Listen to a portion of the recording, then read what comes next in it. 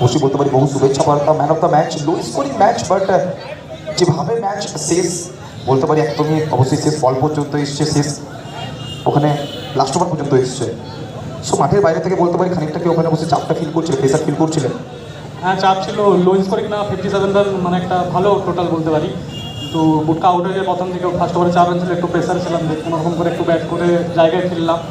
দেন out হওয়ার পর একটু চাপ ছিল, কিন্তু ভরসা ছিল যে 2 ওভারে যখন 24 আছে, অভিজিৎদা আছে, জিতিয়ে দেবে। কিন্তু 7 বলে যখন 15 চলেছে, তখন ওই ভাইটাল বাই 5টার জন্যই মনে হচ্ছে আমরা ম্যাচে ফিরলাম।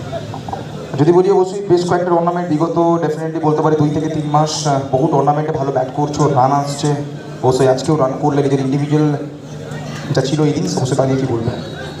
প্র্যাকটিস করছি, চেষ্টা করছি একটু ভালো ব্যাট করার আগের থেকে। আমরা সবাই আগে চলে যাচ্ছে মনে হচ্ছে, নিজের থেকে অনেকটা নিজেকে অনেক নিচে মনে হচ্ছে, মানে ব্যাটিং করতে পারছি না মনে হচ্ছে। চেষ্টা করছি, প্র্যাকটিস করছি, দেখা যাক। অবশ্যই লাস্ট প্রশ্ন, ডেফিনেটলি বাঁকুড়ার বুকে Bankura Challengers trophy first time, but যেভাবে ইতিমধ্যে মানুষজন মাঠে এসেছে, প্রত্যেকটা ম্যাচের প্রতি একটা অন্য ক্রেজ রয়েছে, কি বলবে হোল টুর্নামেন্টটাকে নিয়ে? বাঁকুড়ার সবসময় যতগুলো বড় নাইট মানে গ্র্যান্ড স্ল্যাম হয় সবগুলোই ভালো হয়। এটা অনেক ভালো হয়েছে অন্য বছরের, আগের বছরের তুলনায়। এবং সব থেকে বড় কথা, খেলাটা টাইমে চালু হয়েছে। Okay, thank you Mohit Kanjilal, all the best.